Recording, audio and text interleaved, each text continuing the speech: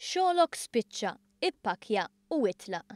Hekk ġie indirizzat Raymond Ferris, ex-impjegat tal-Enemalta għaliex fost raġunijiet oħra irrifjuta li jiffirma l-kuntratt tal-Power Station tal-BWSC.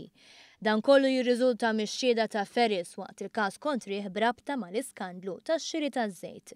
Każ li minnu Ferris ġie liberat għal darba darbtejn hekk kif is-sentenza ġiet ikkonfermata mill-Qorti tal-Appell. Fi kliemu huwa kien trattat b'dan il-mod degradanti għaliex kien ferma ħafna, naqqas l-ispiża li kien hemm, ma kienx japprova ħafna affarijiet u ma kienx bħall-oħrajn fis-sens li jiffirma u jgħaddi kollox. Mis-sentenza jirriżulta li l-inkwiet għal Ferris eskala meta kien mitlub jiffirma fuq il-kuntratt tal-BWSC. Fakkar kif Karl Camilleri li dak iż-żmien kien kap eżekuttiv tal-Enemalta ċempillu u qallu biex jiffirma r-rapport tal-Final Adjudication u l-kuntratt innifsu. Dan għaliex il-kuntratt kellu bżonn il-firma ta' 6 uffiċjali. Wara li qara l-kuntratt xi 13-il darba, Ferris ħass li ma kellux jiffirma għal 200 miljun euro u għalhekk irrifjuta.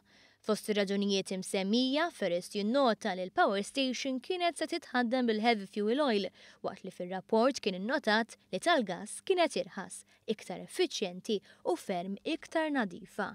Dan fil-waqt li biex tkun konvertita għal gass kif qed iseħħ bħalissa, il-pajjiż kellu joħroġ spiża oħra ta' madwar 27 miljun euro. Ferris kien l-unika wieħed li ma ffirmax il-kuntratt għaliex fi kliemu dawn kienu flus il-poplu Malti u Awċi u mhux flusu. Il-kap eżekuttiv tal-Enemalta stiednu għall-ikla mal-kap tal-elettriku ta' dak iż-żmien.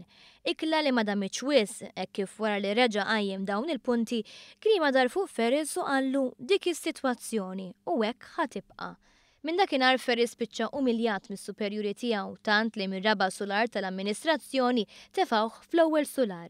Sussegwentament atawh mill-laqat ministerjali u ġie esklus minn kwalunkwe attività soċjali li kienet issir.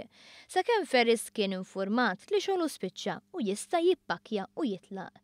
Ix-xhieda ta' Ray Ferris li oriġinarjament kien impjegat bħala blieden ta' fiduċja tal-Gvern Nazzjonalista titfa' aktar dawl fuq il-mod skandaluż kif kienu jimxu l-affarijiet fl-Enemalta. Korporazzjoni li tħallit f'xifer ta' falliment biljun euro dejn u tinsab f'nofs l-ikbar skandlu fl-istorja politika Maltija. Fiċ-ċentru ta' dan l-iskandlu hemm George Farrugia li jingħata l-maħfra presidenzjali biex jikxef kollox. Minkejja dan f'żewġ okkażjonijiet il-qorti ma mnietx lil Farrugia.